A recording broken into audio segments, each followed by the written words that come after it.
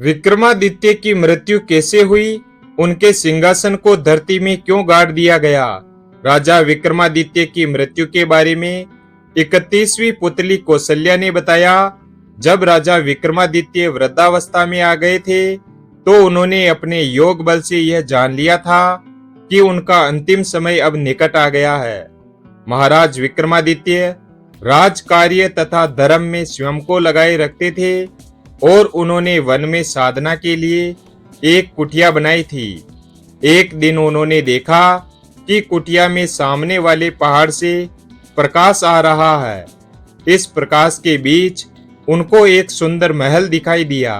महाराज को भवन देखने की जिज्ञासा हुई और उन्होंने मां काली द्वारा प्रदत्त 2 बेतालों का स्मरण किया।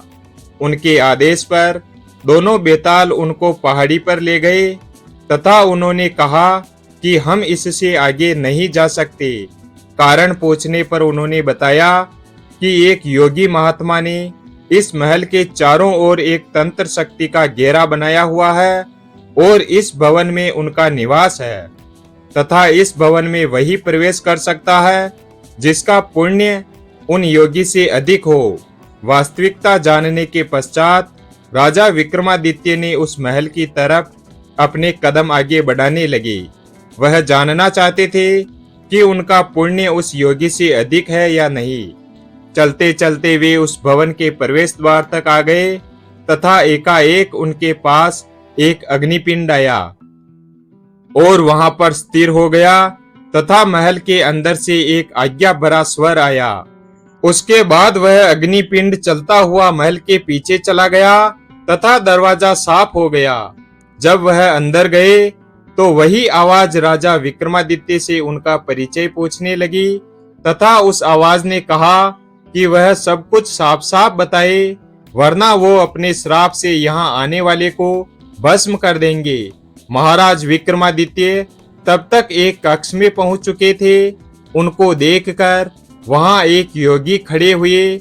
जब महाराज विक्रमादित्य ने बताया कि वे उज्जैन नगरी के महाराजा विक्रमादित्य हैं, तो योगी ने कहा कि वे स्वयं को भाग्यशाली समझते हैं। उनको आशा नहीं थी कि विक्रमादित्य के दर्शन होंगे। योगी ने उनका बहुत आदर सत्कार किया तथा महाराज विक्रमादित्य से कुछ मांगने को कहा। तब महाराज विक्रमादित्य ने तमाम सुख सुविधाओं से सहित यह भवन मांगा। वे योगी खुशी खुशी यह भवन महाराज विक्रमादित्य को सौंपकर उसी वन में कहीं दूसरी जगह चले गए। काफी दूर चलने के पश्चात उन योगी को उनके गुरु मिले। जब उनके गुरु ने उनसे इस तरह वन में भटकने का कारण पूछा, तो उन्होंने कहा कि वे उस भवन को महाराज विक्रमादित्य को भेंट कर चुके हैं। यह सुनकर उनके गुरु को हंसी आ गई। उन्होंने कहा कि इस पृथ्वी के सबसे दानवीर व्यक्ति को वह क्या दान करेंगे। उन्होंने योगी से कहा कि वह ब्राह्मण रूप में जाकर विक्रमादित्य से उस भवन को मांग ले। तब योगी ने ब्राह्मण का वेश बनाकर विक्रमादित्य के पास उस कुटिया में गए तथा रहने के लिए आश्रय प्रदान करने की मांग की। तब महाराज विक्रमादित्य ने कहा कि वे अपनी इच्छा अनुसार रहने की जगह मांग सकते हैं। तब उन्होंने उस महल को मांगा तो महाराज विक्रमादित्य मुस्कुरा उठे। उन्होंने कहा कि उन्होंने उस महल को ज्यों का त्यों वही छोड़कर आ गए। मैं तो बस उनकी परीक्षा लेना चाहता था। 31वीं पुतली ने बताया कि महाराज विक्रमादित्य देवताओं के समान गुणों वाले थे, लेकिन उन्होंने मृत्यु लोक में जन्म लिया था, इसलिए वह मानव थे। इसलिए उन्होंने एक दिन अपनी देह का त्याग कर दिया। उनकी मृत्यु के पश्चात प्रजा में हाहाकार मच गया। चारों ओर विलाप होने लगा। जब उनकी चिता सजाई गई तो देवताओं ने उनकी चिता पर पुष्प वर्षा की। महाराज विक्रमादित्य के पश्चात उनके बड़े पुत्र को राजगद्दी दी गई, लेकिन वह उस सिंहासन पर बैठ नहीं सका। उसको समझ नहीं आया कि वह क्यों इस सिंहासन पर नहीं बैठ पा रहा है। फिर एक दिन स्वयं महाराज विक्रमादित्य उसके सपने में आए और कहा कि तुम इस सिंहासन पर तभी बैठ सकोगे जब तुम देवत्व को प्राप्त कर लोगे। और जब तुम अपने पुण्य तथा यश से इस सिंहासन पर बैठने लायक हो जाओगे तो मैं स्वयं तुम्हारे सपने में आकर तुम्हें बता दूंगा। लेकिन महाराज विक्रमादित्य उनके सपने में नहीं आए।